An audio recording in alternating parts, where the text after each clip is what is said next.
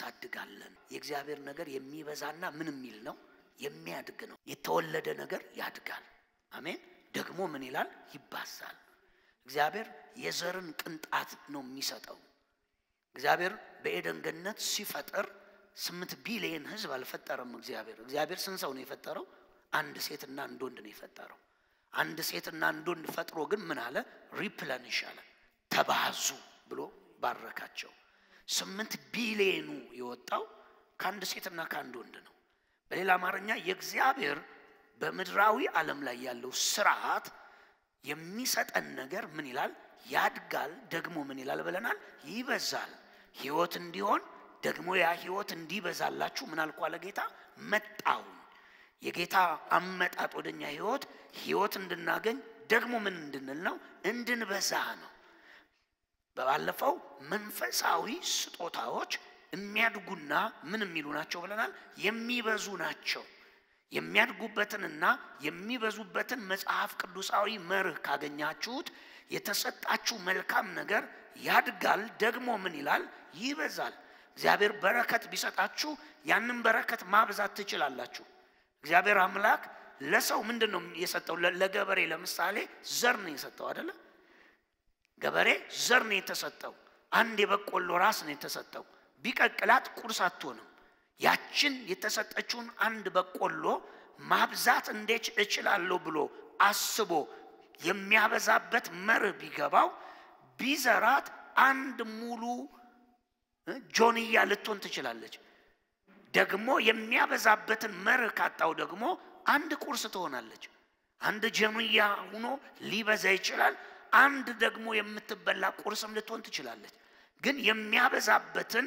መርህ ካገኘው የተሰጠው ነገር ምን ይላል ይበዛል ያድጋል በዚህ ምድር ላይ የተፈጠረ ነገር የማይበዛ ነገር የለም እግዚአብሔር እንስሳቶችንም ሲፈጥር አሁን ያሉትን በሙሉ አልፈጠረም ጥቂት አንድ ሴት አንድ ወንድ ነው የፈጠረው ምክንያቱም በኖህ ዘመን ዳግመኛ በምድር ውሃን በምድር ሊያጠፋ ሲነሳ መርከብ ስራለና ከየነገድና ከየዘሩ አንድ መንበል አስቀር ከጥፋት ውሃ ሲተርፉ እግዚአብሔር ዳግመኛ መጥቶ ምን አላቸው ነው የሚለው ባረካቸው ብዙ ተባዙ ምድርም ምን በሉ አላቸው ሙሉ አላቸው ቅንጣቶችን እነሱ ናቸው ዛሬ ተባስተው 8 ቢሊዮን ተባስተው እንስሶች ተባስተው አሶች ተባስተው የምድር ፍሬዎች ሆኑት እግዚአብሔር በኖህ ያተረፋቸው ዘሮች ናቸው በኤደን ገነትም ዘር ነው እግዚአብሔር የፈጠረው ያ የፈጠረው ዘር ምን ይላል ይባዛል ወገኖቼ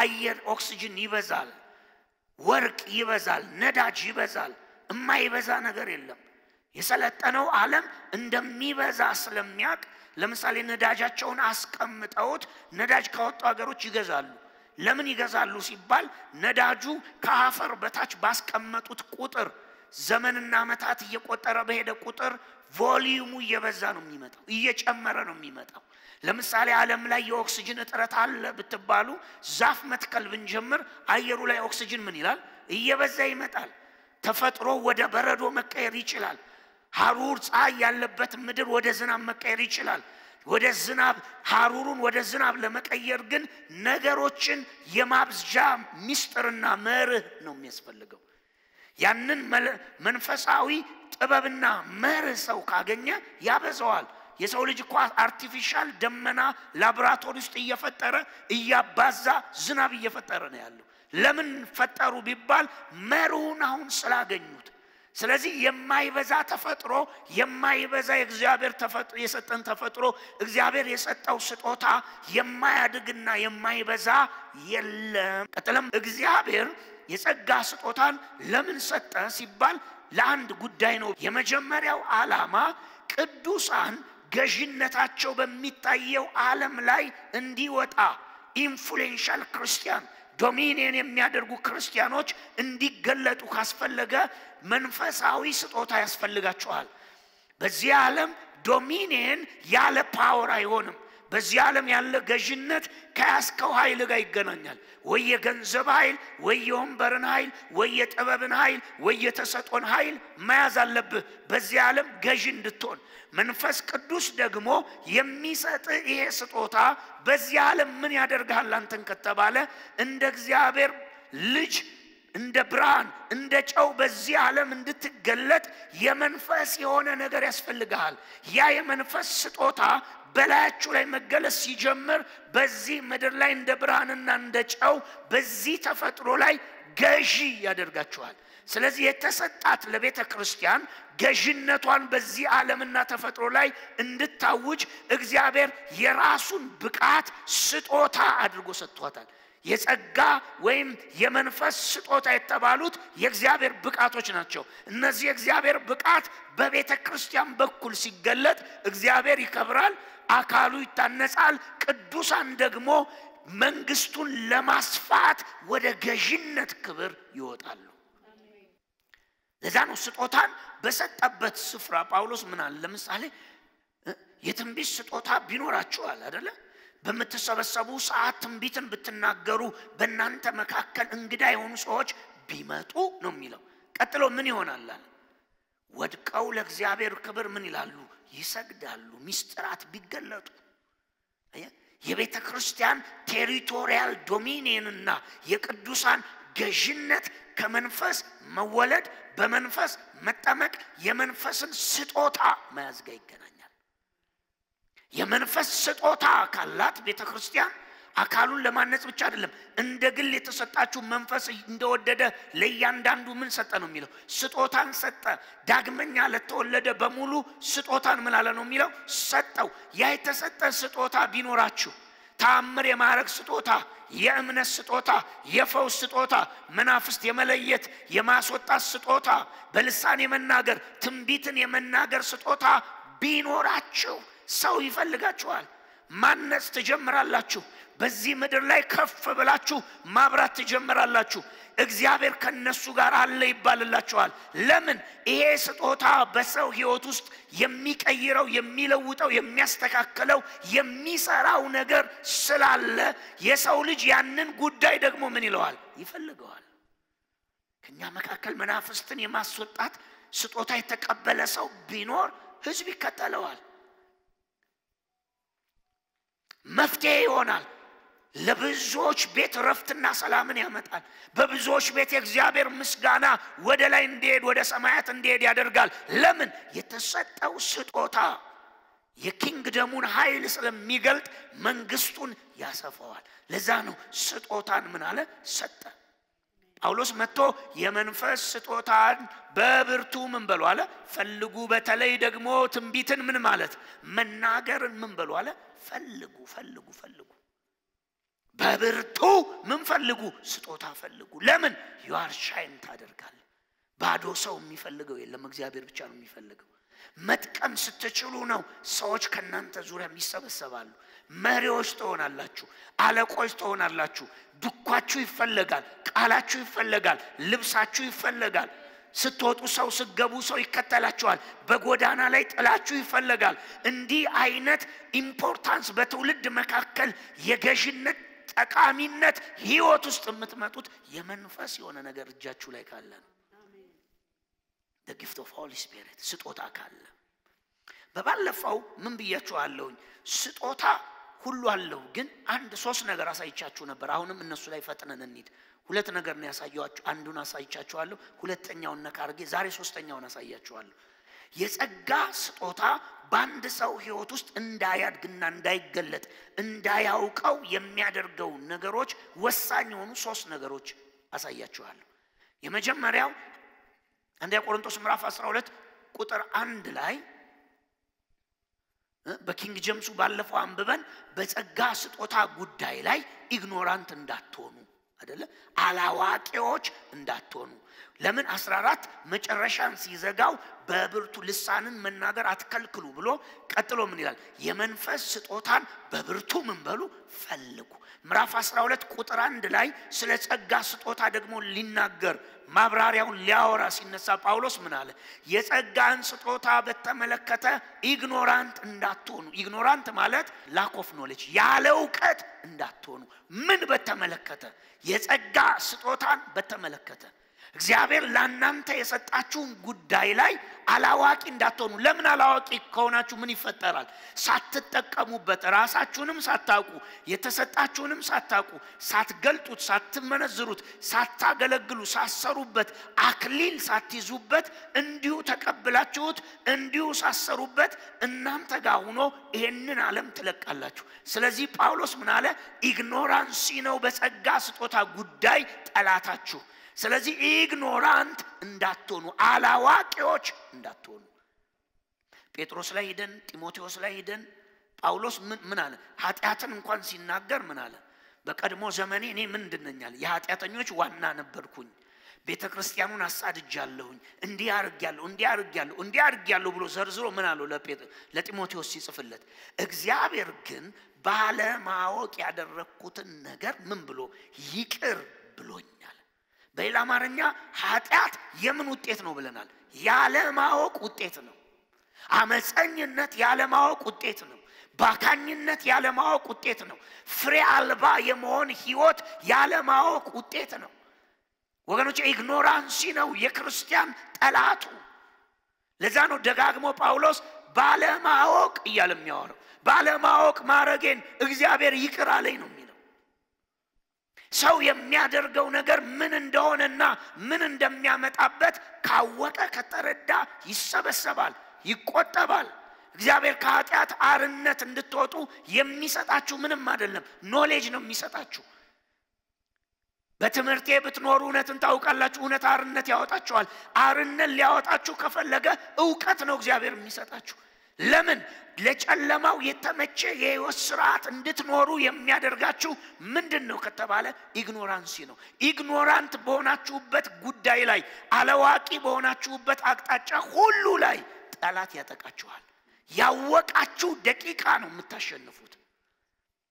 ለዛ ነው ጴጥሮስ ላይ ሄዶ ምን ይላል? ንቁም ዲያብሎስንም ተቃወሙት ከእናንተ ምን ይላል? ይሸሻል። ንቁም የሚለው ቃል ምን ማለቱ ነው? አዌክ መሆን ማለት መረዳት፣ ዕውቀት፣ ጥበብ ማግኘት። የነቃ ማለት በመንፈስ ዓለም መረጃ፣ ዕውቀት ያገኘ ማለት ነው። ንቁ፣ ዝም ብላችሁ ተቃወሙት አይልም።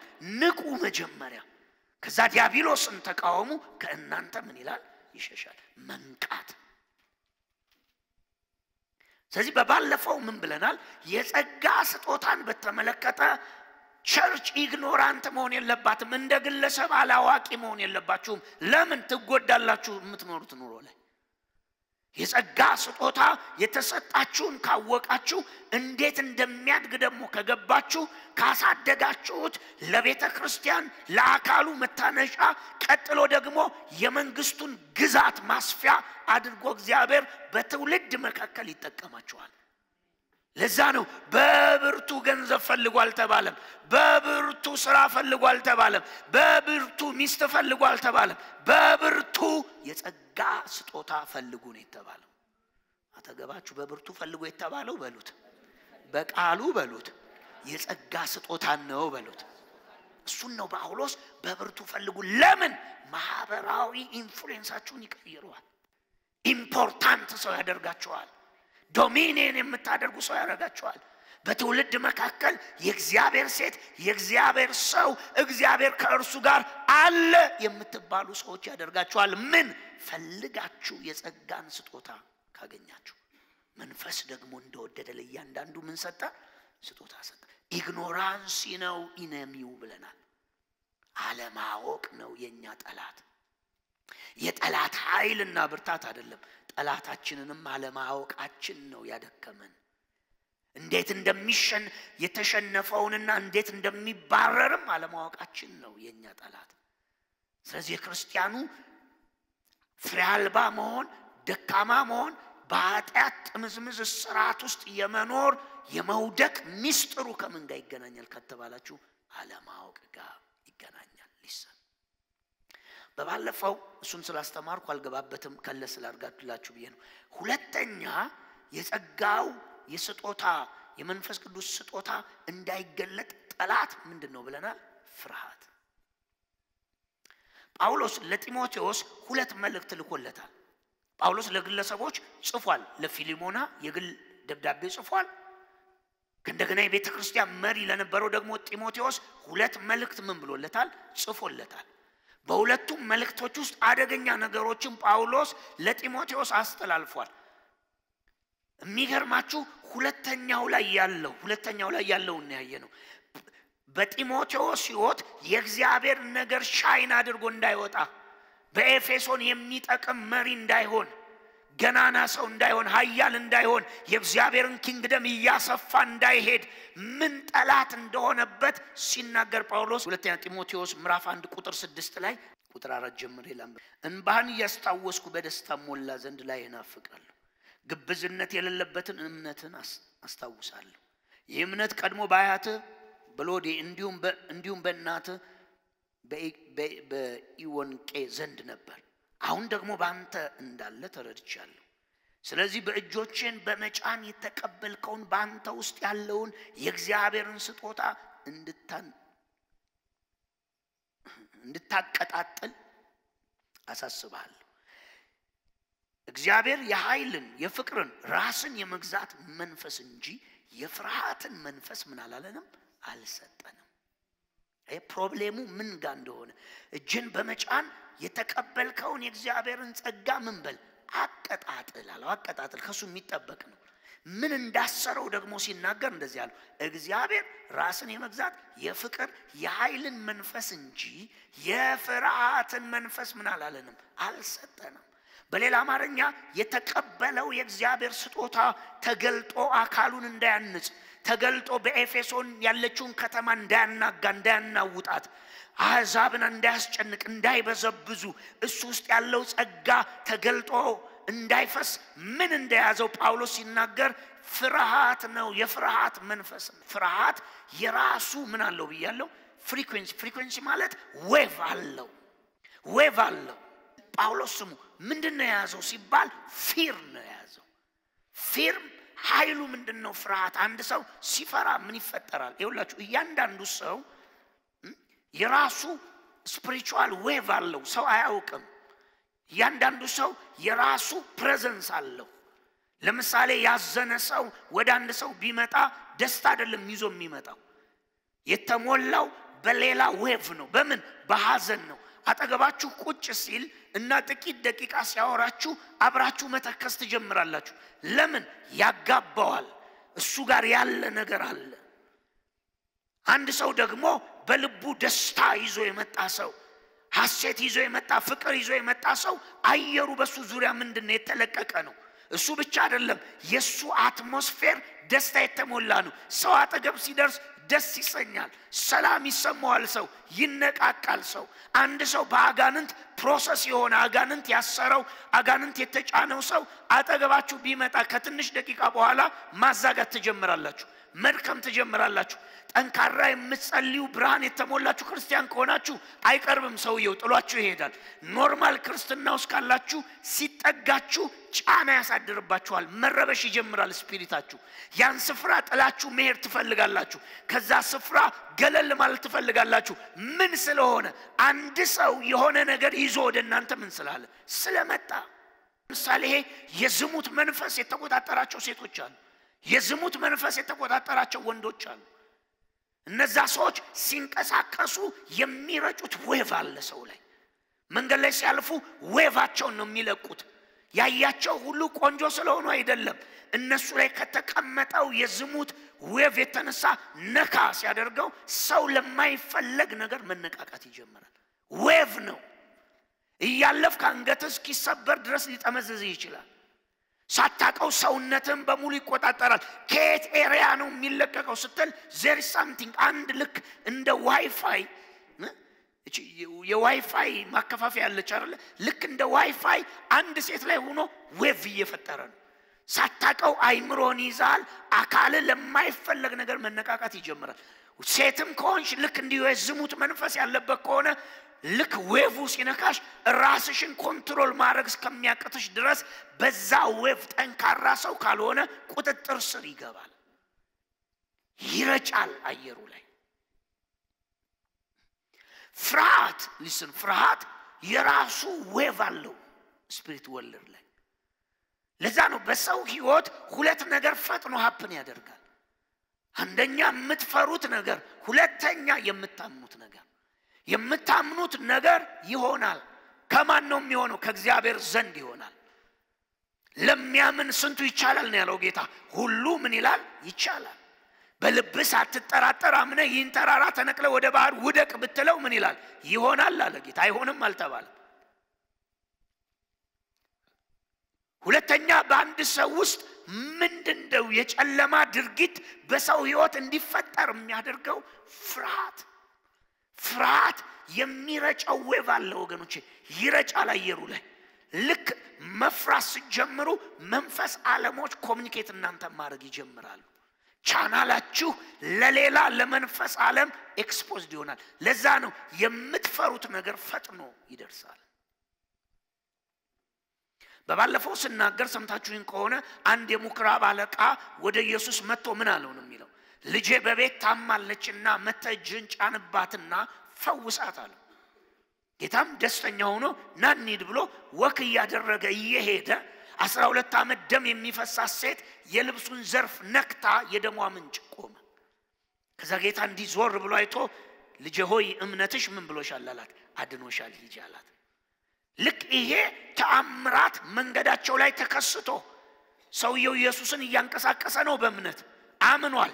አለቃ ነው፣ ካህን ነው። ኢየሱስ እጅ ጭኖ እንደምትፈወስ አምኖ ኢየሱስን በእምነት እያንቀሳቀሰ መጥቶ እምነቱን የሚያጸና ተአምራት ተገለጠ። ምን 12 ዓመት ደም የሚፈሳት ሴት ተፈወሰች። ተነቃቅቶ እየሄደ ያ ቴስቲሞኒ ባለበት መጥፎ ዜና መጣ። ምን የሚል? ልጅቷ ሙታለችና መምህሩን ምን አትበለው አለ፣ አታድክመው። ልክ ይሄ ሳውንድ ውስጡ ሲገባ፣ ይሄ ድምጽ ወደ ውስጡ ሲገባ ሰውየው ምን ሆነ? ፈራ ነው የሚለው። ፈራ ማለት there is something የነበረውን የእምነት አትሞስፌርና ዌቭ ለቆ የፍርሃት ዌቭ ሲለቅ። መፍራት እኮ በአፍ የሚታወቅ አይደለም አይደል? መፍራት በምላስ አይታወቅም። መፍራት ዲፕ ነው፣ እዚህ ሆድ ውስጥ እዚህ ውስጠኛው ማንነት ውስጥ የሚፈጠር ነገር ነው። ግን he feel it። ኢየሱስ ፊል አደረገና ወዲያው እንደዚህ አለው፣ እመን እንጂ አትፍራ አለው። አሜን። እመን እንጂ አትፍራ ዝም ብሎ የመጣ ድምጽ አይደለም። ሰውየው ነገሰበት ፍርሃት። ስለዚህ ካውንተር ለማድረግ ጌታ ምን አለው? እመን እንጂ አትፍራ ከዚህ በኋላ። ዋይ ቢባል ፍርሃት እየቀጠለ ከመጣ ሽባነት ይመጣል። ፍርሃት እየቀጠለ ከመጣ ጨለማ እየነገሰ ይመጣል። ፍርሃት እየጨመረ ከመጣ ጨለማ ሁሉን መቆጣጠር ይጀምራል። ስለዚህ ወደ ቀደመው የእምነቱ ስቴት ዌቭ አትሞስፌር ሊመልሰው ጌታ ምን አለ? እመን እንጂ ምን አትበል፣ አትፍራ። ሰውየው ወዲያው ምልስ አለ። ከዛ ወደ ቤት ሲደርስ ጌታ እንደዚህ አለ፣ ተኝታለች እንጂ ልጅቷ ምን አለችም? አልሞተችም አለ። ሃሌሉያ። እንዲህ አይነት የእምነት ቋንቋ ልመድ እስኪ ባሉት ባክ። አንዳንድ ጉዳይ ላይ ቆመ አበቅቷል ሲል ዶክተር እንዲስቀህ አይተ፣ ሙቷል ሲሉ ተኝቷል ትላለህ። አብቅቷል ሲል አይ የሚቀጥል ነገር እኔ ይታየኛል። ተዘግቷል ስትባል አይ እንዲሰንጣቃ በጣም ስንጥቅ ነገር ይታየኛል፣ እንደ ጭሱም ሙኝ ወጣለው ትላለህ። እውነትን ዲናይ ያደረገ እኮ አይደለም፣ ሙታለች እኮ እንዳሉት፣ ግን በእምነት ዓለም አልሞተችም፣ ተኝታለች። ሃሌሉያ። አይታችሁታል። ጴጥሮስ ጌታ በሌሊቱ በሶስተኛ ክፍል በውሃ ላይ እየተራመደ ምን አለ? መጣ ይልና ይህ ምትሃት ነው ብለው በታንኳቸው ውስጥ ተገርመው ሲመለከቱት ጌታ ነው። ከዛ ጴጥሮስ ጌታ ነህ ሲለው አዎ አለው። ጌታ አንተ ከሆንክ ምን በለኝ ጥራኝ አለው። እና ሲለው ከታንኳው ላይ ዱብ አለ ይላል። ከዛ ስንት ዓመት የፈራው ያናወጣው ስንት ወዳጆቹንም ገሎበት ይሆናል። ለምን? የባህር ሰራተኛ ነው፣ አሳ አጥማጅ ነው። ብዙ ጎረቤት፣ ብዙ ወዳጅ፣ ብዙ ቤተሰብም በውሃ ልቆ ይሆናል። በውሃ ላይ ቆመ ይሄ ሰው እየተራመደም ይላል። አይኖቹን ከጌታ ላይ ነቅሎ ንፋስና ወጀቡን ሲመለከት ምን አለ ይላል ቀጥሎ መጽሐፍ? ፈራ ይላል። ልክ ፈራ ብሎ ቀጥሎ ምን ይላል? ተራመደ አይልም፣ ፈራ ይልና መስመጥ ጀመረ ይላል። ለምን? ፊር የሚጎተተው ነገር አለ ወደ ህይወታችሁ፣ የሚስበው ነገር አለ። ይኸውላችሁ እንደዚህ ብዬ ልንገራችሁ። ለምሳሌ የሚሰጥ ሰው አስራቱንም በኩራቱንም የሚሰጥ ለሌላም ጉዳይ የሚሰጥ ሰው ምን አይነት ዓለም እንዳለው ታውቃላችሁ? የተከፈተ ሰማይ አለው አይደለ? መጽሐፍ አምጡ አስራት በኩራት ብሎ ቀጥሎ ምን ይላል? እኔ ሰማይ ምን እላለሁ ነው የሚለው፣ እከፍታለሁ። ሰማዩ ሲከፈት ምን ይሆናል? ሰማይ ሲከፈት እንዲህ ቁጭ ብለ ሳንቲም ከሰማይ ክልክል ብሎ አይወርድም። ሰማይ ሲከፈትልህ ማለት ይሄ ነው። ልክ በሄድክበት ቦታ ሁሉ የሚሰጥ እጅ አለ። ያሚሰጣል ያሚሰጣል ያሚሰጣል ና ይልሃል፣ እንካ ይልሃል። ትንሹም ብዙ ይሁን ተው፣ የፋይናንሱን ጉዳይ አይደለም። ለሚሰጥ ሰው ምን አይነት አትሞስፌር አለው ሲባል የመቀበል አትሞስፌር አለው።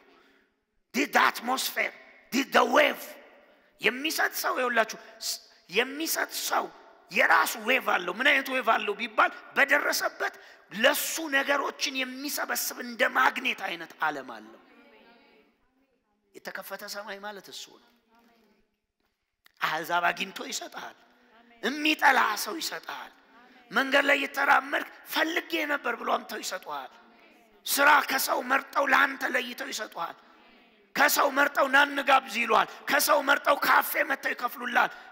የተከፈተ ሰማይ የሚሰጥ ይሰጣዋል ማለት ምን ማለት መሰላችሁ? በመስጠት ዓለም ውስጥ ያለ ሰው የመቀበል ራይት አለው። በመንፈስ ዓለም ምን አይነት ራይት አለው? የተከፈተ ሰማይ ስላለው ማንቀሳቀስ ይችላል። አለት አይሆንበትም። ዛምዝግ ዛምዝግ ዛምዝግ ዛምዝግ አይሆንበትም።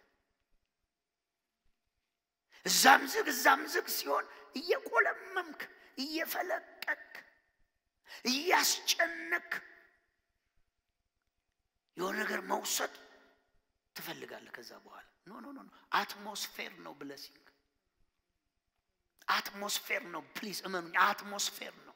ይኸውላችሁ ሐዘን ያለበት ሰው ሲጠጋ አንተም እንደምታዝን በመስጠት ዓለም ውስጥ ያለ ሰው ልክ ሲጠጋ ምን ልስጠው ለዚህ ሰው ነው የምትለው፣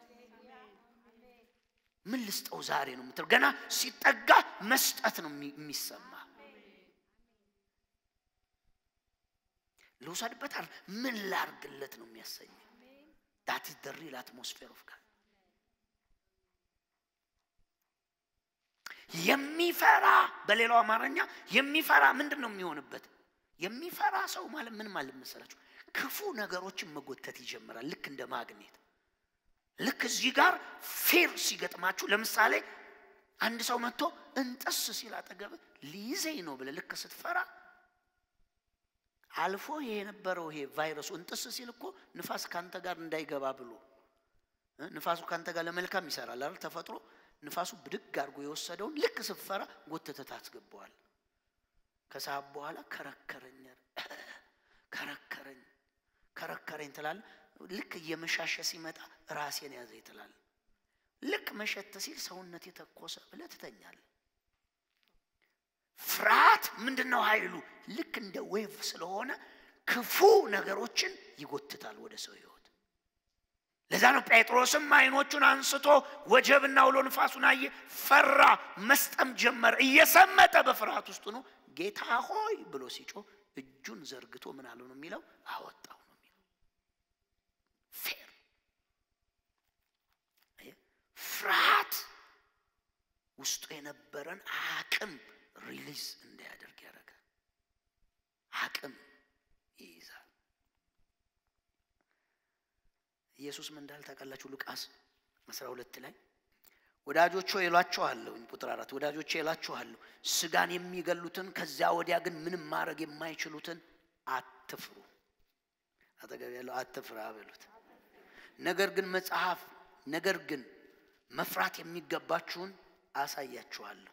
ከገደለ በኋላ ወደ ገሃነም ለመጣል ስልጣን ያለውን እርሱን ፍሩት። አዎን እርሱን ፍሩ እላችኋለሁ። ጌታ ያለውን ሰማችሁ? ስጋን የሚገሉትን ምን አትበሉ፣ አትፍሩ። ይሄ ባጋንንት ምናምን ዓለም ያለውን ብራዘር አትፍራው። ድግምት ጣሉብኝ፣ መተት ጣሉብኝ፣ ምን ጣሉብኝ፣ ዶሮ ጣሉብኝ፣ እንኳን ጣሉብኝ፣ አትፍራው። ማፈራ ሰው ከሆንክ ረግጠ እንደ ኳስ ስትጠልዘው እዛ ቤት ይገባል። የወረወረው ሰውዬ ቤት እንደ ኳስ ስትጠልዘው በመንፈስ ይገባል። ከፈራ ነው የሚሰራብ። አጠገቤ አንድ ቃልቻ አለ ይጠመጥማል፣ እንደው ሌሊት ላይ የማየዋለው ቤቴን ይዞራል። ብራዘር አትፍራ። እንደውም ሌሊት የሚዞር ከሆነ ጥበቃ ቀጥረህ ከሆነ ጥበቃውን አንሳ፣ ይጠብቅ እየዞረ ምን ችግር? የማከፍለው ጠባቂ ማለት ነው። ተኝተህ እደር። ልብ ውስጥ አትፍራ። ኢየሱስ ያለውን ሰማችሁ? ማንን መፍራት እንደሚገባችሁ አይልሽዋል አሳያችኋለሁ አለ። መፈራት የሚገባቸው ሚስጥሮች አሉ መንፈስ ዓለም ላይ። ይሄ ምድራዊ የሆነውን ስጋዊ የሆነውን ነገር እንዳትፈሩ ብሎ ነው የደመደመው። እንዳትፈሩ። ለምን ወረድ ብሎ ምን ይላል? ከጸጉራችሁ አንዲቱ እንኳን ያለ ሰማይ ፈቃድ ልትነቀል ምን አትልም፣ አትችልም። እንኳን አንቆ ሊገልህ አይደለም፣ እንኳን ቤትህን ሊያፈርስ አይደለም። ከጸጉር አንዷን ካልተፈቀደ ሊነካ ምን አይልም፣ አይችልም። ስላልተፈቀደ ነው ተነስና ፈርሷል በል የሚል፣ በተንኩ በል የሚል። አትፍሩ። ማንን እንፍራለ? በዙፋን ላይ የተቀመጠውን ያህዌን እርሱን ፍሩ። እሱ ምንድነው አለ? ስጋንም ቢፈልግ እዚህ ይገለዋል አለ። ስጋም ብቻ አይደለም ነፍስን ወስዶ ሲኦል መጣል ይችላል። ማንም ፍሩ፣ ኪንግደሙን ፍሩ፣ ስርዓቱን ፍሩ። እግዚአብሔርን ሲባል ክርስቶስን አይደለም። እግዚአብሔር ማለት የሱን መዋቅር፣ የሱን ስትራክቸር፣ የሱን ስርዓት፣ የሱን ቃል ታውቃላችሁ። ህይወት ውስጥ ትልቁ ጥበብ ክርስቲያኑ አሁን ዲስ ያለው ክርስቲያኑ የሚፈራውን ይዳፈራል፣ የማይፈራውን ይፈራል።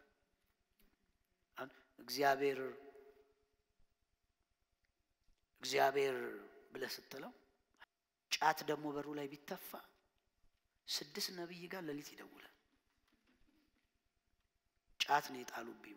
ጫት አይደለም ራሱን ሰይጣኑን እዚህ ቢጥሉት ምን ተገላብጦበት የቢሮ አለቃውን ሲፈራ ነገ 9 ሰዓት ግባ ስራ ስትለው 8 ሰዓት ገብቶ ነው የሚጠብቀው። 1 ሰዓት ቀድሞ ፓስተሩ ደውሎ እና ቸርች ሲባል ተስካር ተጠርቻለሁ ጎረቤት ይላል።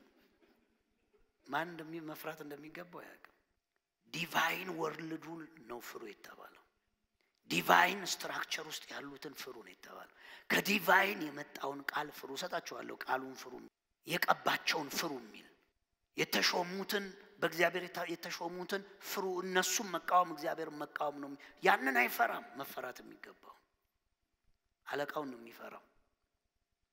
አለቃ ምን ያደርጋል? ሪፖርት ያደርግብሃል፣ ይቀጣል፣ ከዛ ይዘለል ነገር ያደርጋል። እግዚአብሔር ግን አለ ከዚህ የዘለለ ማድረግ ስለሚችል ባንተ ህይወት ምን በለው ፍራው። 100 ብርና 50 ብር አይደለም፣ በአፍንጫ በኩል እስትንፋስን ይነጥቃል ነው ያለው። ወስዶ እሳት ውስጥ ይጥላልና ምን በለው ፍራው። ማንን መፍራት እንደሚገባችሁ ምን ልበላችሁ ላሳያችሁ። ሰውን መፍራት የሚጨምረው የሚቀንስ የለውም። ሰውን አትፍሩ ነው የተባለው። ሰው ማለት ባዶ ሰው። የምፈራው ማንን ነው? እግዚአብሔር ያስቀመጠው። እግዚአብሔር እሷን ቢሾማት በመንግስት ቢሮ ፍራ። እግዚአብሔር እሷን ቢቀባት ፍራ። ቅባቱ ራሱ እግዚአብሔር ስለሆነ እግዚአብሔር መፍራት ቅባቱን መፍራት ነው። ሌላውን ግን ምን አትበሉ አለ ጌታ፣ አትፍሩ። ወገኖች በህይወታችሁ ፍርሃት ሲመጣ ፈጥናችሁ በጸሎት ተቃወሙት። ፈጥናችሁ ክፉ ያንጃበበ እየዞረ አሞራው እየዞራችሁ መሆኑን የምታውቁት ፍርሃት ሲያንጃበብ ነው። በሆኑ ጉዳዮች ላይ እምነት አጣችሁ እርግጠኝነት ከጠፋ ፍርሃት ልባችሁ ውስጥ ካለ ተነሱና ተቃወሙት። ፍርሃት መንፈስ ነው፣ ለቆ ይሄዳል። መፍራት ከጀመራችሁ የምትፈሩት ጉዳይ እናንተ ላይ በርትቶ ይፈጸማል። ጸጋ እንዳይገለጥ የሚያደርገው ምንድነው? ፍርሃት ነው። ፍርሃት ክፉ ነገር ይስባል። ደስታ ይስባል። ሰጪ በረከትን ይስባል። የፍቅር ሰው ይስባል፣ ሰውን ይማርካል። ቅን ሰው ምድርን እየወረሰ ይመጣል። ሰዎች ይሰበሰባሉ፣ ይወደዳል። ጥላቻ ሲኖር ምን እንደሚፈጠር ታውቃላችሁ? ወደ እናንተም የሚመጣው ደሴም አትሞስፌር ነው። ያ የዝሙት መንፈስ ያለባት ሴት ደሴም አሰራር ካለባቸው ጋር ነው ይሳሳባል። ታውቃላችሁ? ይያያዛል። አየር ላይ ቦንድ ይሆናል። ሳብ ነው የሚያደርገው። ሳቅ ልክ ቆሻሻ እንደሚስብ ማሽን ይሳሳባል። ደሴም አሰራር ይሳሳባል። ፍርሃት ደሴም ፍርሃት ይሳሳባል። ለዛ ነው እናንተ የደስታ ዌቭ ይዛችሁ ስትወጡ ደስታ ነው የምትስቡት። ቀናችሁን በሙሉ በመስጠት ህይወታችሁ የሰለጠነ ሲሆን ልክ ስትወጡ የትም ቦታ ምንም ስሩ፣ ልክ ስገቡ ገንዘብ ዝም ብሎ ይመጣል። ዝም ብሎ ቢሊየን ትሪሊየን መሆኑን አይደለም የምታዩት። ደረቅ የተባለ ቦታ ላይ የሚሰጥ ሰው ገብቶ ልክ ሲቆም ብሮቹ ዝም ብለው ወደሱ ይመጣሉ። ያሚሰጠዋል። በኢየሱስ ስም ፍርሃት ከዚህ ጉባኤ ላይ ተሰብሯል። በየትኛውም ጉዳይ የምትደነግጡበት የምትፈሩበት እንዲሁ ደግሞ በፍርሃት መንፈስ ልባችሁ ሊመታ የሚፈልግ አሰራር ተበትኗል። በኢየሱስ ስም ተበትኗል። በኢየሱስ ስም ተበትኗል። እመን እንጂ አትፍራ ስለሆነ የተባለው በኢየሱስ ስም ዛሬ እምልሃለሁ፣ አንተን ዛሬ እምልሻለሁ፣ አንቺን እመኝና ዮርዳኖስን እርገጭው። ባህሩ ይከፈላል። እመንና አለቱን ምታው፣ ውሃ ያፈልቃል። እመንና ሰብረህ ውጣ፣ በረከትን ትወርሳለህ። መትረፍረፍ ይሆንልሃል። አዲስ ነገር ለመጀመር፣ በአዲስ ጎዳና ለመሄድ፣ በአዲስ መስመር ለመራመድ ፍርሃት ላለባችሁ ዛሬ ላለው እመን እንጂ አትፍራ። የነካው ይባረካል። የረገጥከውን ትወርሳለህ። ስራው በእጅ ላይ ይከናወናል። የፍርሃት ኃይል ተሰብሯል። አምነ አለ እኔ ጋር ብለህ እዛ ስላለ አይደለም በረከት ያለው፣ አንተ ስላለ ነው በረከት ያለው። እነሱ ስላሉ አይደለም የተባረኩት፣ አንተ የተባረከ ዓለም ይዘህ ስለገባ። ብቻህን ስትቆም ደግሞ ምንጭ ይሆንልሃል። ምንጩ አድጎ ወንዝ ይሆንልሃል። በኢየሱስ ስም ነገርን ለመቀየር ለመራመድ ፍርሃት ለያዘው አሁንም ተቃወምኩን። እኔ የፍርሃት መንፈስ ተቃወምኩን። የእምነት ኃይል ልብህን ሞላ። የእምነት ጉልበት ልብህን ሞላ። አዲስ ነገር ጀመርክ። በረከቱ ያለው እኛ ናት ላይ እኛ ቃል ውስጥ ነው ያለው። እመኑኝ አሁንም ትጀምራላችሁ። የሚያስጨንቅ የሚያስፈራ ነገር ሁሉ ከዙሪያ ተቃውሚያለሁ። ትረግጠዋለህ፣ ትወርሰዋለህ። ስራው በእጅ ይከናወናል። በአንተ እጅ ላይ የበዛ እያደገ የጨመረ ይመጣል። እስኪ እግዚአብሔር ከኔ ጋር አለ በሉ። መንፈስ ቅዱስ ከኔ ጋር አለ በሉ። አልፈራም በሉ። የምፈራው በሉ እግዚአብሔርን ነው በሉ። የእግዚአብሔር የሆነውን ነው በሉ። የእግዚአብሔርን ሥርዓት ነው በሉ። የእግዚአብሔርን ቃል ነው በሉ። የእግዚአብሔርን ቅባት ነው የምፈራው። ከዛ ውጭ ምንም አያስፈራኝም በሉ። በአዲስ መንገድ በሉ። ባስተማይ ድምጽ በሉ። በአዲስ ሥርዓት በሉ። በክብር እሄዳለሁ በሉ። ክብር ይሆንልኛል በሉ። በረከት ይሆንልኛል በሉ። ሞገስ ይሆንልኛል በሉ። ፍሬያማነት ይሆንልኛል በሉ። የሚያስቆመኝ የለም በሉ። እመነኝ፣ እንዲሁ ይሆንብሃል።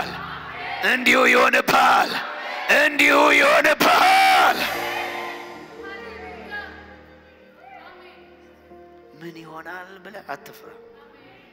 ነገ ምን ይወጣል ብለህ አትፍራ።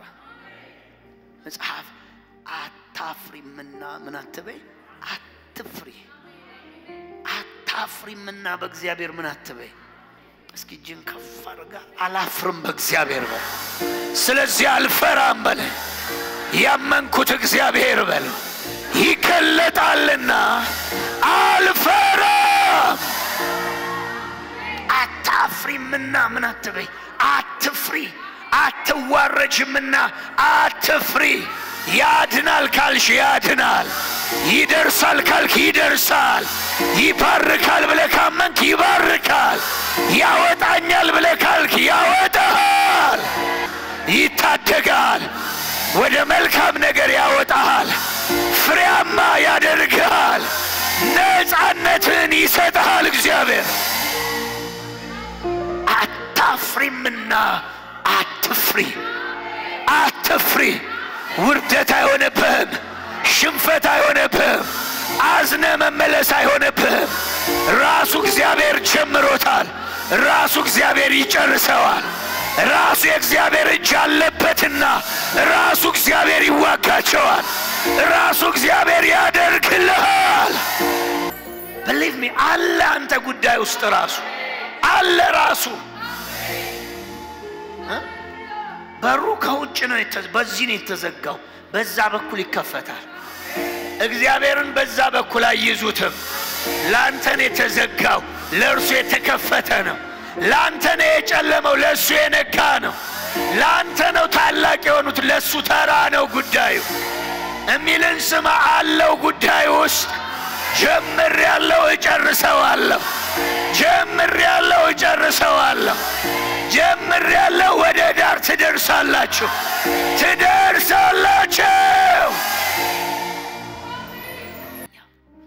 የሚያምን ሰው ባውሎ ንፋስ ውስጥ ይተኛል አሜን በመናውጥ ውስጥ ይተኛል እንሻገራለን ብሎ ያወራ ጌታ ተኛ እኔ እንደ ጴጥሮስ ብሆን እግሩ ስር ነው መተኛው አልፈራም መረብ አልጥልም ለራሴ ለማዳን አለፍጨረጨረም እሱ ከተኛ እግሩ ስር ተኛለሁ ለምን እንሻገራለን ብሎ አላ ወደ ማዶ እንደርሳለን ብሎ አላ አጠገብ የሚያምን በለው አውሎ ንፋስ መሃል በለው ነውጥ መሃል በለው ይተኛል በለው እንደ ጴጥሮስ በለው ያለህን ከሰማህ በለው ራቁትህንም ብትሆን በለው አሳሪ መካከልም ብትሆን በለው እርድ ቢወሰንብህም በለው ተኛ በለው ነገር ለሊት ላይ ይገለበጣል በለው ባክህ እመነኝ ተኛ አማኝ ይተኛል ነገ ታምር ይሆናል ለሊት መልአኩን ይልካል የሚነካውን ይነካል የሚመታውን ይመታል የሚያስከፍተውን ይከፍታል የሚዘጋውን ይዘጋዋል ላንተም እንዲሁ ይሆንልሃል